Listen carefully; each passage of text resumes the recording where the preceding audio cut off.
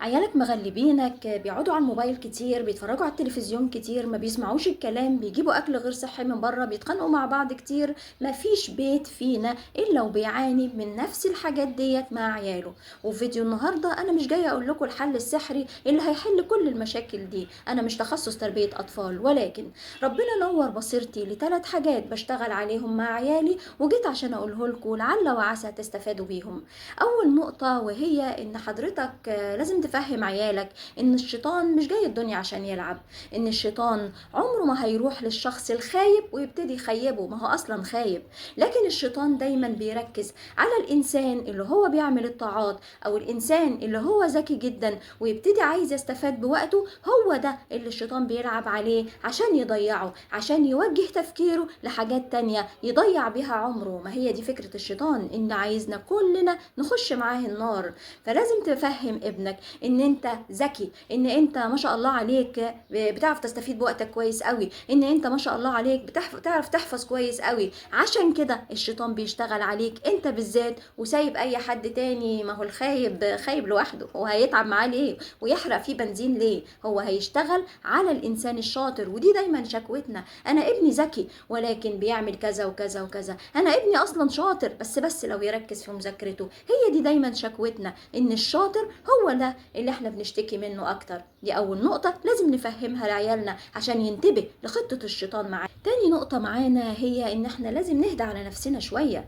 وعشان نهدى على نفسنا شوية لازم نشتغل على 3 حاجات مهمة. اول نقطة ان زي ما في واحدة دخلت النار بسبب قطة حبستها، وزي ما في واحد دخل الجنة بسبب ان هو سقى كلب، او بسبب ان هو قال كلمة لا اله الا الله وكانت صادقة من قلبه، ممكن قوي يكون سبب دخولك او دخولك الجنة ان شاء الله بسبب صبرك على عيالك، بسبب تحملك للاذى اللي جاي منهم، بسبب معافرتك وان انت تحاول ان انت تجاهد تحسن من سلوكهم. ممكن هو ده يكون السبب لدخولك الجنة باذن الله. تاني حاجة ان ربنا سبحانه وتعالى قال لنا في القرآن بسم الله الرحمن الرحيم: وأن ليس للإنسان إلا ما سعى وأن سعيه سوف يرى ثم يجزاه الجزاء الأوفى. صدق الله العظيم. يعني حضرتك اعمل اللي عليك، شوف الخطوات اللي عليك في حل المشكلة، افتحي اليوتيوب وشوفي مشكلة ابنك ده تتحل ازاي، وابتدي حاولي معاه ان انت تحسني من سلوكه. بس هو ده اللي ربنا هيحاسبك عليه، ان انت ما تكبريش دماغك وتقولي مش مشكلة هو يتحسن لوحده، الشارع يربيه. لا، انت بتحاولي معاه ودايما تكلميه ودايما تنصحيه ودايما توجهيه للحاجات الافضل وبس. هو بقى اتحسن ما تحسنش، ربنا سبحانه وتعالى قال لنا ايه؟ بسم الله الرحمن الرحيم، قال لسيدنا النبي: ليس عليك هداهم ولكن الله يهدي من يشاء. صدق الله العظيم.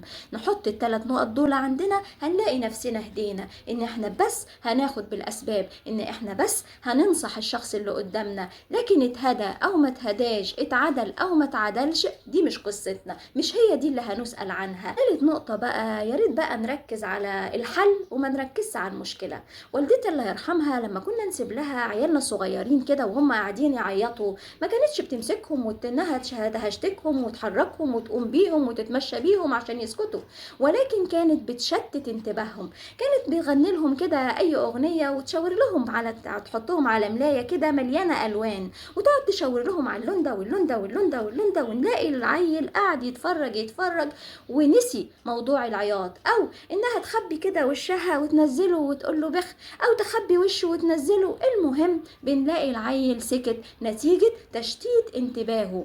طب يا ترى اعمل ايه بقى مع عيالي؟ انت حضرتك مثلا عندك ابنك على طول ماسك الموبايل، طيب هل هو في حاجة تانية بيحبها؟ هل مثلا بيحب ان هو يتكلم معاكي كتير؟ هل مثلا بيحب ان هو يطلع ويتمشى بره؟ هل بيحب مثلا يلعب كورة بره؟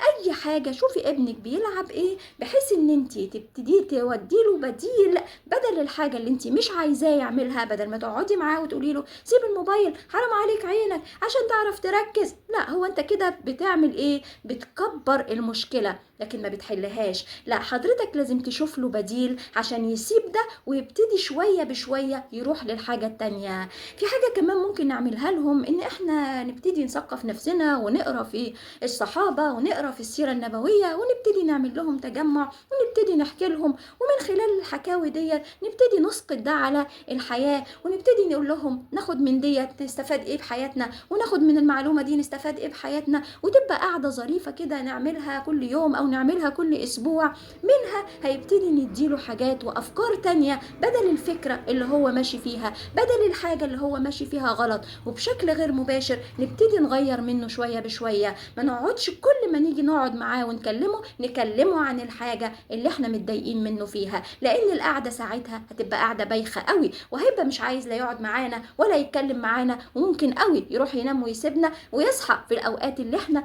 بنكون نايمين فيها. وبس كده. يبقى 3 نقط مهمة. أول حاجة إن نفهمه إن الشيطان بيروح بس للإنسان الشاطر، ما بيسيب خالص الخايب، ما هو كده كده خايب. وتاني نقطة إن إحنا نهدى على نفسنا، لأن إحنا المفروض إن إحنا نعمل اللي علينا وبس، وهو ده اللي هنتحاسب عليه. وتالت نقطة وهي إن إحنا نركز على الحل وما نركزش على المشكلة. أتمنى إن يكون كلامي أفادكم، والسلام عليكم ورحمة الله وبركاته.